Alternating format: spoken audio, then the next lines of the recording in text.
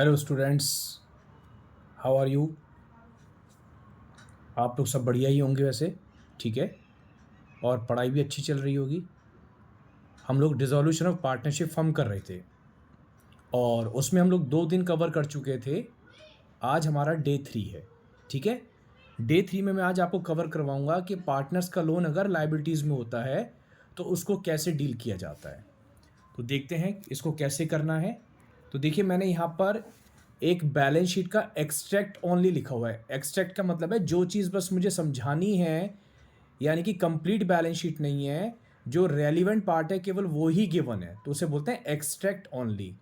तो balance sheet में मैंने देखो ए का लोन, ए हमारा पार्टनर है, हमने ए से लोन ले रखा है 10,000।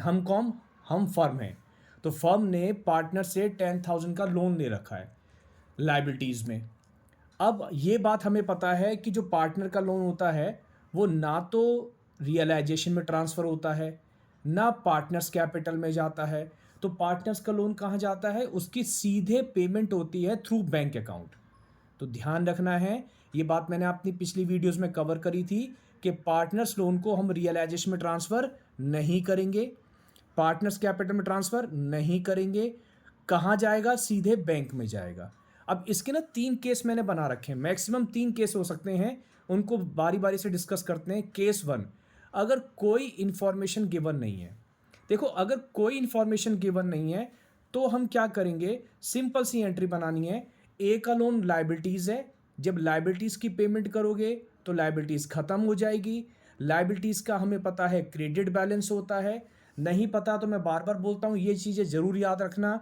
लाइबिलिटीज़ का क्रेडिट होता है और एसेट्स का डेबिट बैलेंस होता है।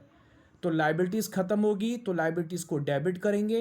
तो एज लोन अकाउंट डेबिट, देखो ये मैंने बना रखा है केस 1 में, एज लोन अकाउंट डेबिट। और 2, जब पैसे हमारे पास से चले जाएंगे तो 2 बैंक अकाउंट। तो एंट्री क्या बनेगी, अगर कोई इंफॉर्मेशन नहीं होती है तो आपको ध्यान रखना है, ये जो ए का लोन होगा ये सीधे क्या करेंगे, हम बैंक से पेमेंट करेंगे। अगर हमसे जर्नल एंट्री मांगेगा तो as loan account debit to bank account, और अमाउंट दोनों जगह 10,000 और 10,000 आ जाएगी। अब अगर इसको हमारे को देखना पड़े कि शो कैसे करेंगे, मतलब सॉरी, केस 2 की बात करें, केस 2। ठीक है। अगर इसको शो करने की बात आ जाए तो शो कैसे करोगे, अच्छे चलो बताओ। रियलाइजेशन में आएगा नहीं, कैपिटल अकाउंट में आएगा नहीं। जब बैंक अकाउंट बनाएंगे तो बैंक के क्रेडिट साइड में बाय एज लोन के नाम से 10,000 रुपये आ जाएगा। जब बैंक अकाउंट बनाएंगे तो बाय एज लोन के नाम से 10,000 आ जाएगा। ये वैसे मैं आपको अगले केसेस में क्लियर कर दूंगा, है ना। तो यहां पर मैंने आपको एंट्री बता दी, as loan to bank account. Case 2 में देखो वो कह रहे हैं इस बार हमने ए का जो लोन है वो सेटल किया है थ्रू कैश 9,000 रुपये। देने कितने थे हमें, 10,000। दिए कितने हमने, 9,000। और सेटलमेंट भी पूरा हो गया। इसका मतलब है हमारे 1,000 रुपये बच रहे हैं। हम कौन, हम बिजनेस के पॉइंट ऑफ व्यू से बात करते हैं। तो बिजनेस को 10,000 रुपये देने थे, 9,000 में सेटलमेंट हो गया, 1,000 का यहाँ पर प्रॉफिट हो रहा है। और प्रॉफिट को हम क्या करते हैं, क्रेडिट करते हैं। कौन से रूल की वजह से, एज पर नॉमिनल अकाउंट की वजह से। और इस चैप्टर में प्रॉफिट और लॉस किसे बोला जाता है, रियलाइजेशन को बोला जाता है। तो देखो, अब अगर इसकी एंट्री पास करेंगे तो एज लोन अकाउंट डेबिट 10,000।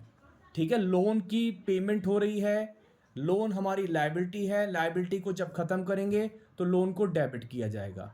पैसे चले गए, बैंक आता है तो डेबिट, बैंक जाता है तो क्रेडिट। तो बैंक चला गया, चले जाने से मेरा मतलब है कि बैंक में हमारे अकाउंट में पैसे कम हो गए। तो बैंक इंक्रीज होता है तो डेबिट करते हैं, डिक्रीज होता है तो क्रेडिट करते हैं।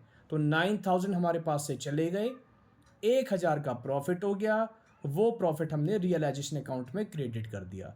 तो लोन खत्म, यानी कि लाइबिलिटी खत्म, बैंक डिक्रीज हो गया इसलिए क्रेडिट कर दिया, फायदा हो गया इसलिए फायदे को क्रेडिट कर दिया। अब अगर इसकी पोस्टिंग करने की बात आए, जो मैं आपको बोल रहा था मैं अगले केसेस में कवर कर दूंगा। तो देखो, रियलाइजेशन अकाउंट में फायदा हो रहा था कितने रुपए का, 1,000 का। तो फायदे वाली साइड कौन सी होती है, क्रेडिट साइड होती है। तो बाय क्रेडिट साइड में डेबिट वाले का नाम लिखेंगे। तो किसका है ये, एज लोन। तो तो बाय फायदा किस पे हुआ, ए के लोन पर फायदा हुआ है, 1000 रियलाइजेशन में आ जाएगा। ठीक है, तो ध्यान रखना है पार्टनर के लोन का जब भी सेटलमेंट होगा और अगर उस पर फायदा हो रहा होगा तो फायदे वाली जगह आ जाएगा, और फायदे वाली जगह क्या है, रियलाइजेशन के क्रेडिट साइड में आ जाएगा। और अब बैंक अकाउंट अगर बनाएंगे तो बैंक में हम पेमेंट कर रहे हैं बैंक से, तो हमारा बैंक डिक्रीज हो गया। डिक्रीज का मतलब क्रेडिट साइड, वो तो एंट्री से भी दिख रहा है कि बैंक को क्रेडिट करना है। तो बैंक के क्रेडिट साइड में पैसे डिक्रीज हो रहे हैं, क्यों हो रहे हैं, क्योंकि ए का लोन हम पे कर रहे हैं। तो बाय एज लोन अकाउंट 9000। ठीक है, समझ में आ रही है बात। और कभी कभार क्या करता है वो आपसे पार्टनर का लोन अकाउंट भी मांग लेता है, तो एज लोन अकाउंट। तो लोन अकाउंट जब स्टार्ट करेंगे तो ये हमारी लायबिलिटी है। By balance brought down, liability जब भी स्टार्ट करोगे क्रेडिट साइड से स्टार्ट करोगे 10000। अब यहां से चाहो तो क्रॉस पोस्ट कर दो, जब क्रॉस पोस्ट करोगे तो डेबिट में टू रियलाइजेशन क्योंकि रियलाइजेशन से ला रहे हैं, और टू बैंक अकाउंट क्योंकि बैंक से ला रहे हैं। या एंट्री से अगर मैं देखूं पोस्टिंग करने के लिए तो लोन डेबिट हो रहा है, लोन खत्म हो रहा है, इतने पैसे दे दिए, इतने का फायदा हो गया। तो जब लोन खत्म होगा डेबिट में टू बैंक इतने पैसे दे दिए, टू रियलाइजेशन इतने का फायदा हो गया हमारे को। क्लियर है। तो अगर हमारे को बैंक में लोन दिखाना होगा तो बाय साइड में आता है, जितने हम पैसे दे रहे होते हैं। जैसे केस 1 में हम पैसे दे रहे थे, कितने दे रहे थे, 10,000 रुपये दे रहे थे, तो वहां पर बैंक में कितना आ जाता, बाय एज लोन 10,000 आ जाता। ठीक है ना, इस तरीके से। और तो लोन अकाउंट हमारा इस तरीके से कवर हो जाएगा। By balance brought down start करोगे और टू बैंक और टू रियलाइजेशन। केस 3 और लास्ट केस है ये हमारा। अगर ए का लोन सेटल हो रहा है बाय स्टॉक, ही स्टॉक यानी कि किसी भी एसेट के थ्रू सेटल हो रहा है 9,000 रुपये। देखो ये जो ए का लोन यहां सेटल हुआ था, यहां हमने पैसे दिए थे। यहां पर जो ए का लोन सेटल हो रहा है यहां पर हम उसको एसेट दे रहे हैं। भाई पैसे भी एसेट हैं और ये एसेट दे रहे हैं हम, यही तो फर्क है। तो यहां पर ए का लोन एसेट के थ्रू सेटल हो रहा है, यहां पर कैश के थ्रू हो रहा था। जब कैश के थ्रू हो रहा था तो वो तो हमने बैंक में डाल दिया। अब आपको पता होगा जब एसेट का सेटलमेंट होता है, जो हमने पिछली वीडियोस में कवर किया था, तो एसेट का सेटलमेंट कहां पर आता है, रियलाइजेशन अकाउंट के थ्रू होता है, क्योंकि एसेट कहां पर जाती है, रियलाइजेशन अकाउंट में। तो देखो किस तरीके से करेंगे इसे हम, जब एसेट के थ्रू होगा यहां पर। तो केस 3 को अगर हम लोग चेक करें, देखो केस 3 में अगर हम लोग देखें तो एंट्री बनेगी एज लोन अकाउंट डेबिट। ये तो हर बार आपने देखा लायबिलिटीज खत्म हो रही है, इसलिए ए के लोन को हमने डेबिट करा। अब देखो पिछले केस 2 में हमने उसको पैसे दिए थे, तो यहाँ टू बैंक लिया था, और यहाँ पर हम स्टॉक दे रहे हैं, स्टॉक। और जब स्टॉक दे रहे हैं एसेट जाती है, तो हमने पिछले कुछ क्लासेस में सीख लिया है कि जब भी हमारे पास से एसेट जाएगी उसे हम फायदा मानेंगे और रियलाइजेशन अकाउंट को क्रेडिट करेंगे। क्लियर है ना। तो as loan account debit 10,000, to हमारे पास से एसेट्स चली गई इसलिए रियलाइजेशन लिखा 9,000 रुपये। पिछले क्वेश्चन में, पिछले केसेस में बैंक था तो यहाँ टू बैंक लिखा था, और 1,000 रुपये का फायदा हो गया, तो फायदे के लिए फिर से रियलाइजेशन को क्रेडिट करना पड़ेगा।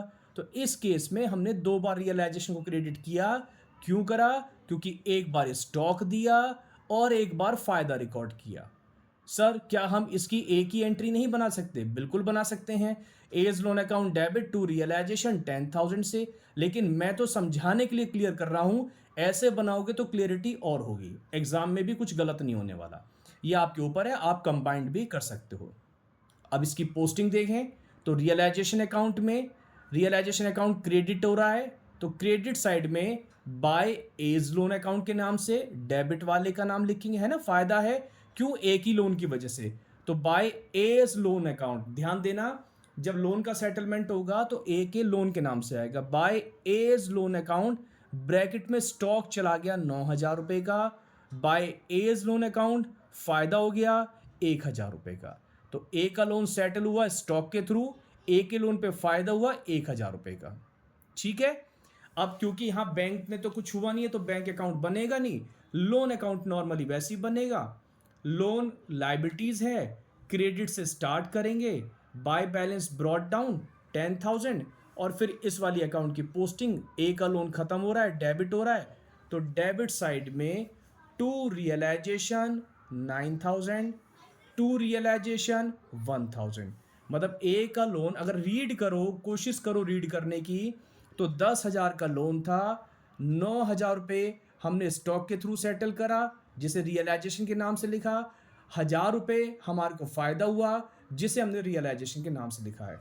तो ये जो 2 पॉइंट हैं, केस 2 और केस 3, ये बच्चों को थोड़ा कंफ्यूज करते हैं, पर मुझे पूरी उम्मीद है कि आपको ये वाले दोनों केसेस समझ में आ गए होंगे। ठीक है, अगर समझ में आए हों तो प्लीज़ लाइक और शेयर कीजिएगा। बाकी मिलते हैं अगले वीडियो में अपनी अगली क्लास के साथ। Thank you.